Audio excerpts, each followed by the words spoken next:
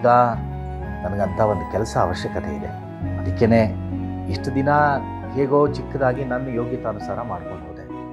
ಈಗ ದೊಡ್ಡದಾಗಿ ಮಾಡಬೇಕು ಅಂತ ಅಂದ್ಕೊಂಡಿರೋದ್ರಿಂದ ಕೆಲವು ವಿಚಾರದ ಬಗ್ಗೆ ನಾನು ನೀನು ಸ್ಪಷ್ಟವಾಗಿ ಮಾತಾಡಿಕೊಂಡು ಮುಂದುವರಿಯೋಣ ಅಂತ ಫೋನ್ ಮಾಡಿ ಕರೆದೆ ಅಷ್ಟೆ. ಅಂದರೆ ವ್ಯವಹಾರಕ್ಕೆ ಮಾತಾಡೋಕ್ಕೆ ಕರೆದೆ ಅಂತ ಆಯಿತು. ನೋಡೋ, ನೀನೀಗ ಬಿಸ್ನೆಸ್ ಮಾಡೋದಕ್ಕೆ ಒಪ್ಕೊಂಡಿದ್ದೀರ, ಅದಕ್ಕಿಂತ ಖುಷಿ ನನಗೇನು ಬೇಕು ಹೇಳು. ಇನ್ನು ಇದ್ರ ಮೇಲೆ ಏನೋ ವ್ಯವಹಾರ ಮಾತಾಡೋದಿದೆ. ನೀನು ಯಾವಾಗ ಶುರು ಮಾಡಬೇಕು ಅಂತ ಹೇಳು, ನಾನೆಲ್ಲ ಏರ್ಪಾಟ್ ಮಾಡ್ತೀನಿ. ಹಾಗಲ್ಲಣ್ಣ, ನೀವೇನೋ ಇವ್ರ ಮೇಲೆ ಇಟ್ಟಿರೋ ವಿಶ್ವಾಸ ಪ್ರೀತಿಯಿಂದ ಎಲ್ಲ ಏರ್ಪಾಟ್ ಮಾಡ್ತೀರಾ, ಆದರೆ ಅದು ನಮ್ಮ ಮನೆಯವ್ರಿಗೆ ಇಷ್ಟ ಆಗಲ್ಲ. ಇದರಲ್ಲಿ ಇಷ್ಟವಾಗದಿರೋದು ಏನಿದೆಯಲ್ಲ, ಕೆಲಸ ಗೊತ್ತಿರೋದು ಅವನಿಗೆ. ಗ್ಯಾರೇಜ್ನ ಹೇಗೆ ನಡ್ಸ್ಕೊಂಡು ಹೋಗ್ಬೇಕಂತ ಅವ್ನಿಗೆ ಗೊತ್ತಿದೆಯಲ್ಲ. ಅದ್ರ ಮೇಲೆ ಅವನು ಏನೇ ನಿರ್ಧಾರ ತಗೊಂಡ್ರು ನನಗೆ ಒಪ್ಪಿಗೆ ಇದೆ.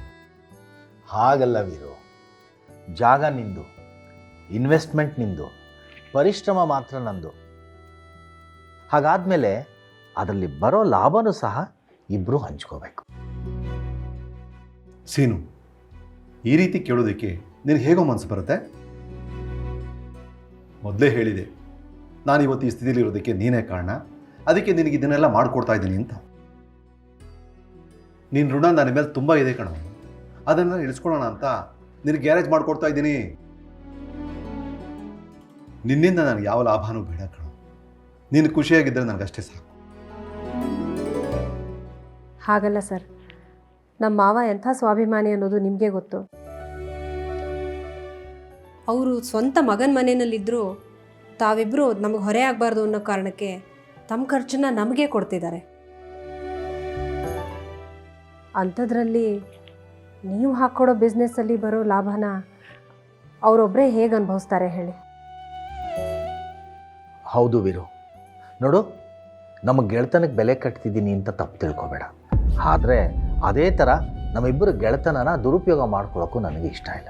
ನಿನಗೆ ಗೊತ್ತು, ನನಗೆ ಕೆಲಸ ಮಾಡೋಕ್ಕೆ ಗೊತ್ತೇ ಹೊರತು ವ್ಯವಹಾರ ನನಗೆ ಗೊತ್ತಿಲ್ಲ.